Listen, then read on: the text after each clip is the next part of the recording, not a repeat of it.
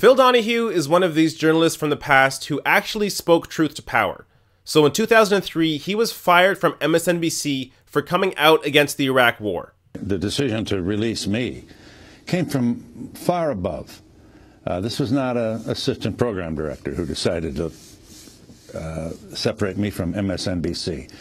They were terrified of the anti-war voice, and that is not an overstatement. And while since then it's been kind of hard to find Donahue on television, this weekend he was on CNN's Reliable Sources, where he got to discuss the Trump win and what actually happened. The people who elected Donald Trump president didn't vote.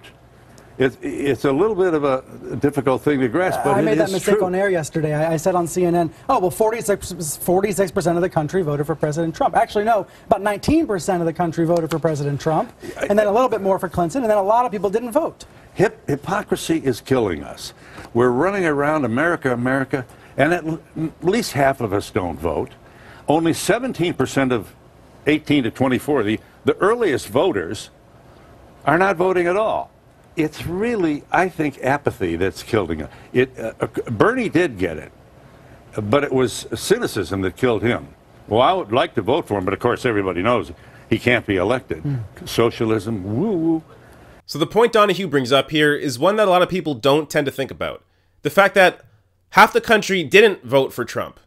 Half the voters voted for Trump. Voter apathy is a major issue in the country, and it's the main reason why politics are the way they are right now. But here's where the conversation tends to turn. People want to blame the voter for not voting. Oh, you should have voted. We have these two options. You should have voted for one of them. That's your duty as a citizen. You should have voted. It's your fault. I disagree. You're not going to win over voters by telling them that they should have voted. You only win over voters by bringing up a reason for them to vote. Having a candidate that actually excites them and makes them want to go out and vote. Now, Donahue brings up another good point in the next clip.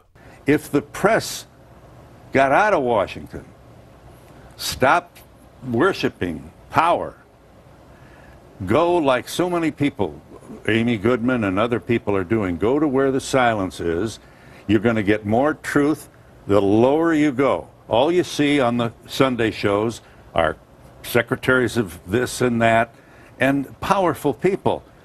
Let's talk to the real people. Find out what they think. Get out of Washington. See what's going on in Iowa and the Midwest. It's going to make us more informed, and it's going to alert us to this huge event that has happened here. You have op-ed people. They can't find enough adjectives to express their disgust for this man. And I wish they would commit that much energy to figuring out who are the people that made this happen.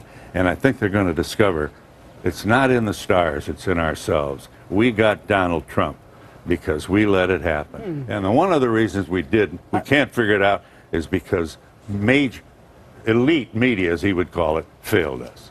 So this is a criticism of the mainstream media that a lot of us outside of the mainstream make. The fact that mainstream media is so focused on who's in power and only talking to those that have power, instead of talking to the citizens, the voters, the majority of people that actually pick these candidates and who leads the country. This is why mainstream media was so shocked and surprised when Trump won, because they weren't talking to those people. They weren't actually going out there and talking to people that went to Trump rallies and figuring out, okay, why do you like this guy? And more times than not, it wasn't because he was a vulgar person. It was because Trump represented an outsider status, somebody that wasn't part of the political system, somebody that didn't represent, they thought, big money interests. It turns out, as a lot of us knew who looked into this, Trump is a fraud, and Trump does indeed represent big money.